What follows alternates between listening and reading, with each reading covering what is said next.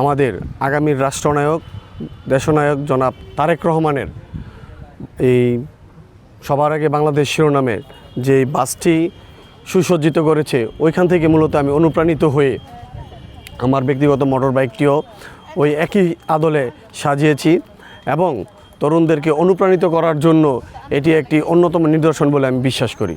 যখন আমি আমার এই বাইকটি যখন স্টিকার করাই তখনই আমাকে অনেক জনসাধারণ সহ আমাদের তরুণ প্রজন্মের অনেক ভাই বন্ধুরা আমাকে ফোন করে এবং যারা সচক্ষে দেখেছে তারা আমাকে জানতে চেয়েছে যে আসলে এটা আমি কোথায় পেয়েছি, কিভাবে পেয়েছি। এবং নরসিংদী 2 নির্বাচনী এলাকার সর্বস্তরের জনগণ সহ আমি বিশ্বাস করি সকলেই এটি দেখে অনুপ্রাণিত হবে এবং তারা বিশ্বাস করবে সবার আগে বাংলাদেশ।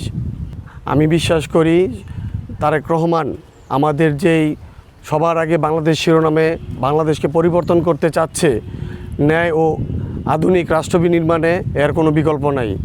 আমি তরুণ প্রজন্ম সহ সমাজের সকল স্তরের মানুষের কাছে নরসিংদী 2 নির্বাচনী এলাকায় জননেতা জনাব ডক্টর আব্দুল মঈন খান স্যারের পক্ষে দানের শীষে ভোট চাই।